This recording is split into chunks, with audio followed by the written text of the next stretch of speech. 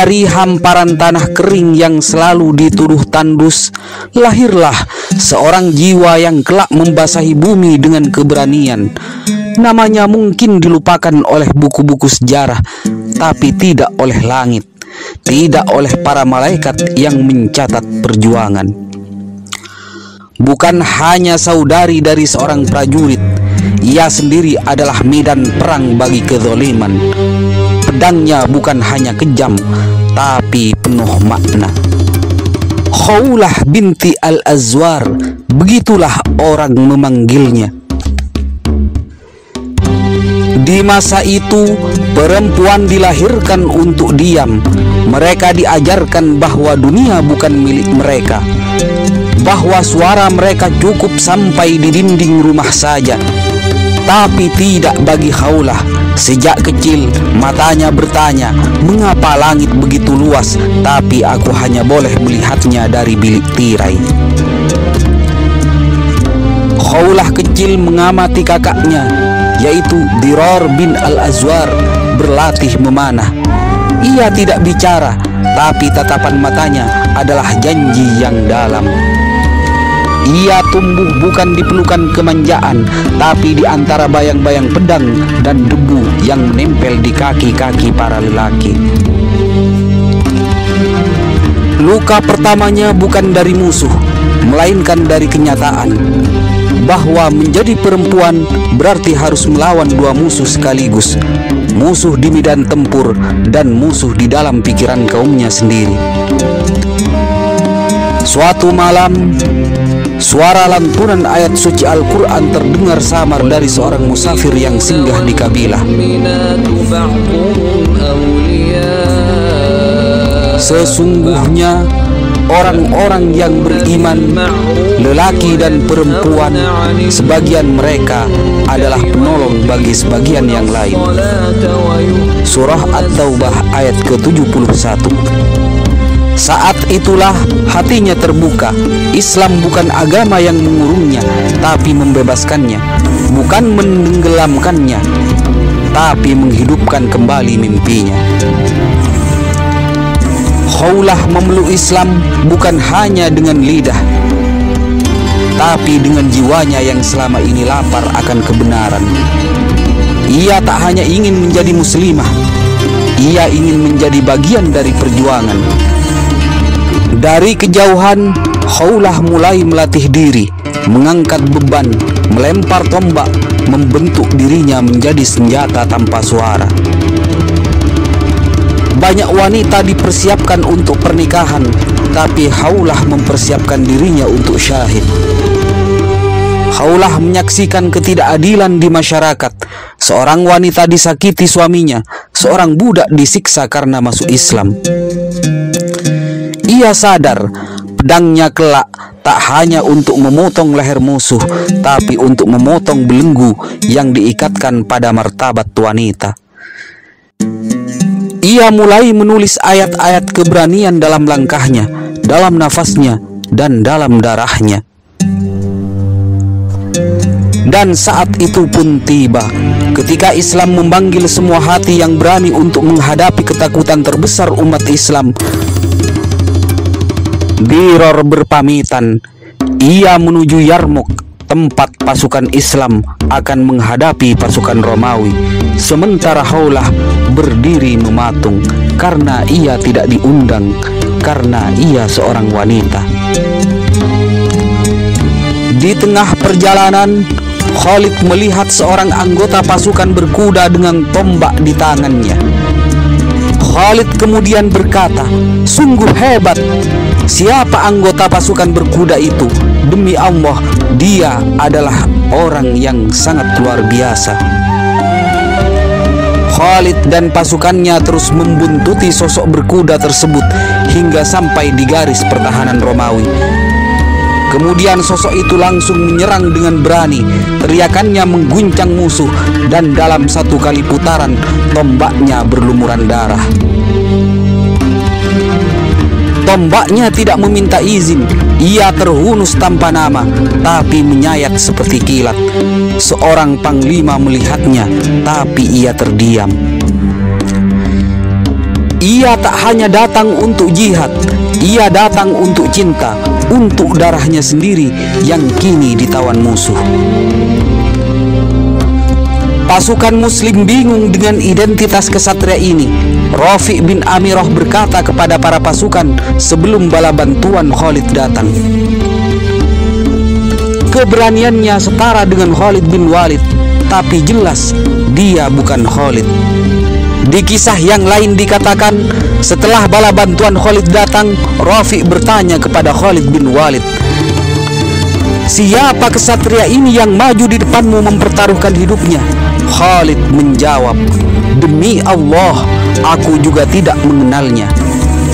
Tindakannya sungguh mengagumkan." Rafi' lalu berkata, "Dia menerobos pasukan Romawi, menikam ke kanan dan ke kiri." Khalid pun memberi seruan, "Wahai kaum muslimin, bantulah dia dalam membela agama Allah. Lepaskan segala kelemahan dan bangun kekuatan." Saat pasukan muslimin tengah berbincang, sosok berkuda itu tiba-tiba datang. Setelah sampai di barisan kaum muslimin, ia dikelilingi oleh pasukan. Mereka memintanya membuka penutup kepalanya, tetapi dia menolak. Khalid bin Walid berulang kali bertanya, lalu orang tersebut akhirnya menjawab. Khalid hampir terjatuh dari kudanya ketika dia mendengarkan jawaban dari penunggang kuda yang bertopeng itu, karena yang didengarnya adalah suara seorang gadis. "Wahai pemimpin kami, alasan aku tidak mau memperlihatkan diriku adalah karena aku malu kepadamu. Engkau adalah pemimpin agung, sementara aku hanyalah seorang perempuan lemah yang harus tertutup. Aku melakukan ini karena hatiku terbakar oleh sakit hati." "Siapa engkau sebenarnya?" tanya Khalid. Orang itu menjawab, "Aku adalah Khawlah binti Al-Azwar. Tadinya aku bersama perempuan-perempuan dari kaumku, tetapi seseorang memberitahuku bahwa saudaraku ditahan oleh musuh. Aku pun segera menaiki kuda dan melakukan apa yang telah engkau lihat." Setelah melakukan itu, Khalid dan pasukannya langsung berteriak dan maju ke pertempuran. Tapi sebelum ia terjun ke medan pertempuran, ia melantunkan syair. Lantunan syairnya mampu menyentuh hati siapapun yang mendengarnya, bahkan mampu menggugah semangat para pasukan. "Wahai saudaraku, andai saja aku tahu di padang pasir mana mereka mencampakkanmu. Andai saja aku tahu tombak mana yang telah menusukmu atau pedang mana yang telah membunuhmu. Wahai saudaraku, saudarimu telah datang untuk menyelamatkanmu.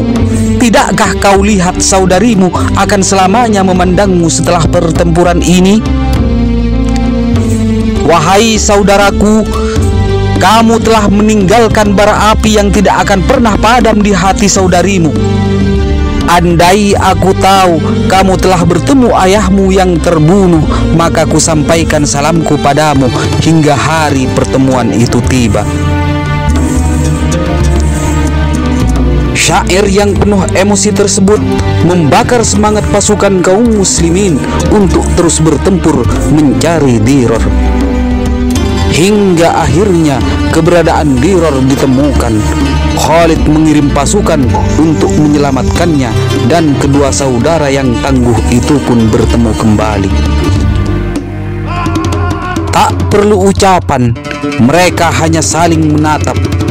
Dalam tatapan itu ada cerita ribuan malam saat latihan, luka, harapan, dan iman yang dibangun dalam diam. Setelah perang Yarmouk, Khawlah melukiskan namanya di perang Sahura. Langit senja membara. Sebuah pasukan Romawi menyerbu sebuah perkampungan muslimah di dekat perbatasan Syam. Asap mengepul, teriakan anak-anak, jeritan wanita, menggema karena ketakutan. Khawlah binti Al-Azwar bersama belasan wanita lainnya ditangkap, tangan mereka diikat, hijab mereka direnggut, mereka digiring menuju kamp militer Romawi di dekat daerah Ajnadain. Hari itu kehormatan bukan hanya dilukai, ia diinjak, tapi dari bara kehinaan itulah lahir api yang akan membakar kezaliman. Dalam tenda kayu besar, para wanita duduk lemas. Wajah mereka pucat, namun satu sosok tak hancur. Khawlah, wajahnya keras seperti batu, matanya menatap gelap. Dalam kehancuran, dia membakar semangat sahabat-sahabatnya. Ia tahu tidak ada bantuan yang datang, tidak ada tentara, tidak ada kesatria, maka ia memutuskan untuk menjadi kesatria itu sendiri. Wahai sahabat-sahabatku yang sedang berjuang di jalan Allah, apakah kalian sanggup menjadi tukang pijit orang Romawi? Apakah kalian sanggup menjadi hamba-hamba orang kafir laknatullah itu? Relakah kalian dihina dan dicaci maki? Apakah letak kehormatan kalian sebagai seorang Islam yang bertakwa? Sesungguhnya mati itu adalah lebih baik bagi kita daripada menjadi budak-budak orang Romawi. Salah satu dari mereka menjawab, sesungguhnya apa yang engkau katakan itu benar, wahai Khawlah. Demi Allah, kami semua mempunyai harga diri. Pedang lebih berguna dalam keadaan seperti ini. Kalau kita lalai, kita seperti kambing yang tak bertanduk. Semua sepakat untuk melawan, tetapi malangnya mereka tidak mempunyai senjata apapun. Tetapi Khawlah tidak mati akal. Dia terus menjawab, wahai sahabat-sahabatku, tiang dan tali kemah ini sudah cukup bagi kita. Dan inilah cara yang terbaik untuk kita melepaskan diri dari kehinaan ini, sebelum mereka dapat menyentuh kita atau salah satu di antara kita. Mari kita bersumpah untuk bersatu dalam hal ini, untuk berserah diri kepada Allah. Sesungguhnya Allah akan menolong orang-orang yang menolongnya. Hari sudah ditentukan dan strategi sudah dipersiapkan. Khawlah menyerang terlebih dahulu dengan senjata tiang bambu seadanya. Orang-orang Romawi ketakutan karena serangan yang datang tiba-tiba.